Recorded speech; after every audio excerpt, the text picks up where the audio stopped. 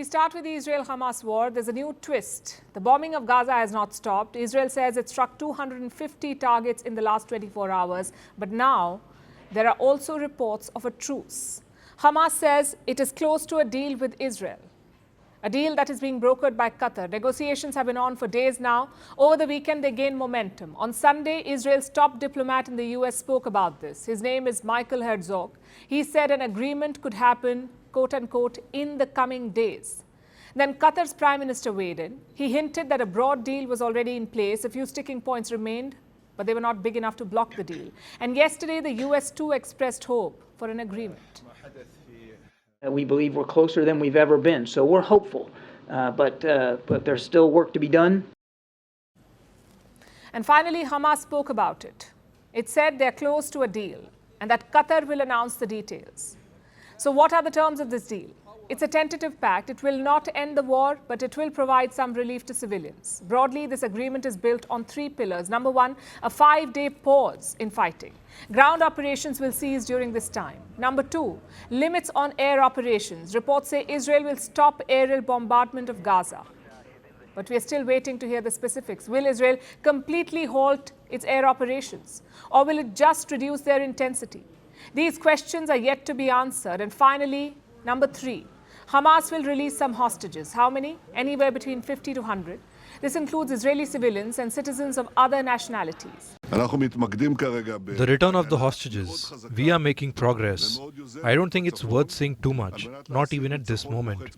But I hope there will be good news soon. Hamas is holding about 240 hostages in Gaza. These are from 40 countries. They'll release some of these people, but they will not free any military personnel. Now, this is not sitting well with the families of these hostages. They want all the people back. Recently, these families held a protest march. It lasted 5 days. They walked from Tel Aviv to Jerusalem to build pressure on the Netanyahu government. Yesterday, some of them also met the war cabinet, and they said they were disappointed. This is incredibly disappointing because I feel that at this point, when we know that taking down Hamas, we keep hearing from them, is going to take months or years, and it's going to take a long time. The clock is ticking. The longer this war continues, the harder it would be to rescue everyone, and the conflict is widening. Israel is fighting on multiple fronts. Today, it was provoked by Iran. Yemen's Houthi rebels seized a cargo ship. It was operating in the Red Sea. The Houthis say the ship belongs to Israel, so they seized it and captured the crew.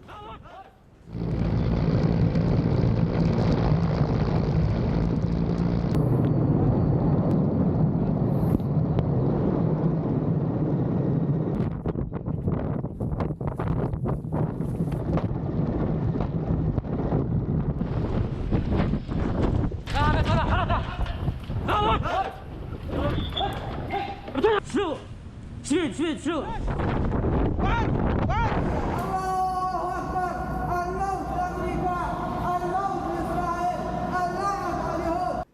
We told you about the seizure of the ship yesterday. Today, the Houthis have released this video. Now, Israel says this is a British ship, but the Houthis reject that assertion, and they enjoy Iran's support.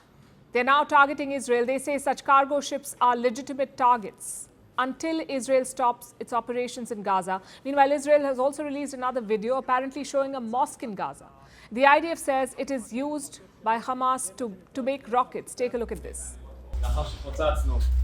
את הקירות, התגלנו שני דברים, אחד מהם זה פיר. עומק משהו כמו 5 מטר, שנמצא ממש פה מתחת למסגד, פה במרתף שלו. זה מה שנמצא כחלק מהפשיטה. ניתן לראות פה כל מיני עזרים לייצור אמל"ח.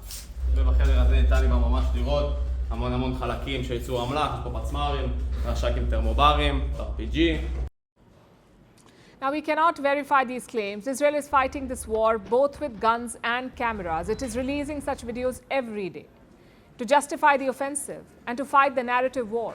And the other side too is unrelenting. They keep trashing the Israeli version of events. They go over these videos frame by frame and highlight what they call inconsistencies, like this one. Israel released a video a few days ago from inside the Al-Shifa hospital. Within hours, they deleted it. Then they uploaded another video the next day, apparently after removing some bits. Then there was yet another video, an Israeli soldier inside one of the Hamas tunnels. He showed curtains and suggested that they could have been set up to record hostage videos. Now, Israel's critics say that such curtains are common in Palestinian households. So this is very much a narrative war, and it is intensifying. How do we verify which version holds water? The United Nations wants to do it. They have reached out to Israel. They want to visit the Al-Shifa hospital to check for themselves if there is a tunnel underneath. So we haven't heard the end of this.